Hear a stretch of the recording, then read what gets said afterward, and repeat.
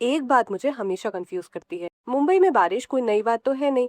हर साल जून और जुलाई में मॉनसून आता है। सबको पता होता है कि हैवी रेनफॉल होगी। वेदर डिपार्टमेंट पहले ये अलर्ट दे देता है, फिर भी हर साल वही हेडलाइंस देखने को मिलती है। Mumbai under water, school band, flights delay, local train affected और लाखों लोग घंटों तक ट्रैफिक में फंसे रह जाते हैं। तो फिर सवाल ये है कि इतनी डेवलप सिटी होके भी मुंबई हर साल बारिश में ऑलमोस्ट रुक क्यों जाती है? क्या सिर्फ गवर्नमेंट की प्लानिंग खराब है या फिर इसके पीछे कोई और कहानी छुपी हुई है? चलिए समझते हैं। सबसे पहले एक छोटा सा एग्जाम्पल लेते हैं। मान लो तुम्हारे घर के सिंक का पाइप बिल्कुल सही काम करता है, लेकिन अगर तुम एक ही मिनट में उसमें 10 बाल्टी पानी डाल दो तो क्या होगा?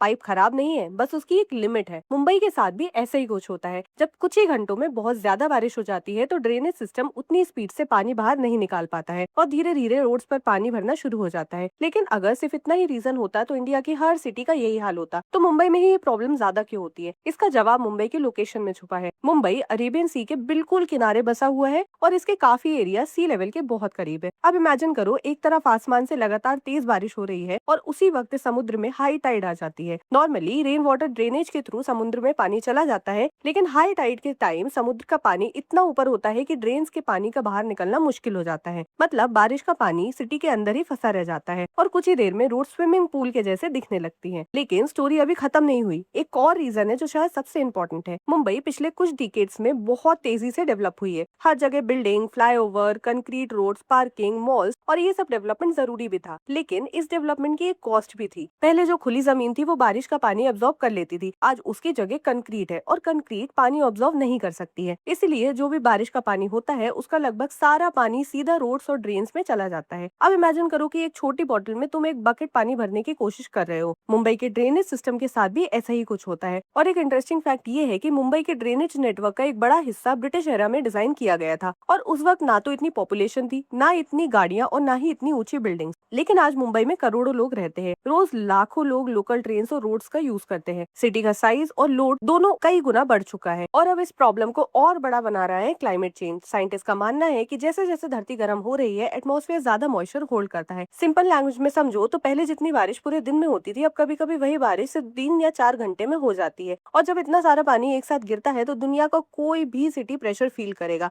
एक्सपर्ट्स कहते हैं कि मुंबई को इमरजेंसी सॉल्यूशन से ज्यादा लॉन्ग टर्म प्लानिंग की जरूरत है, जिसमें सबसे पहले ड्रेनेज सिस्टम को और मॉडर्न बनाना होगा ताकि वो क्लाउड बर्स्ट जैसे हेवी रेनफॉल को भी हैंडल कर सके। दूसरा, वेटलैंड्स और मैंग्रोव्स को बचाना बहुत जरूरी है। ये सिर्फ पेड़ पौधे नहीं होते, ये नेचर के स्पंज की तरह काम करते हैं। तीसरा, नए रोड्स और बिल्डिंग बनाते वक्त रेन वाटर मैनेजमेंट को प्लानिंग का कंपलसरी हिस्सा बनाना होगा।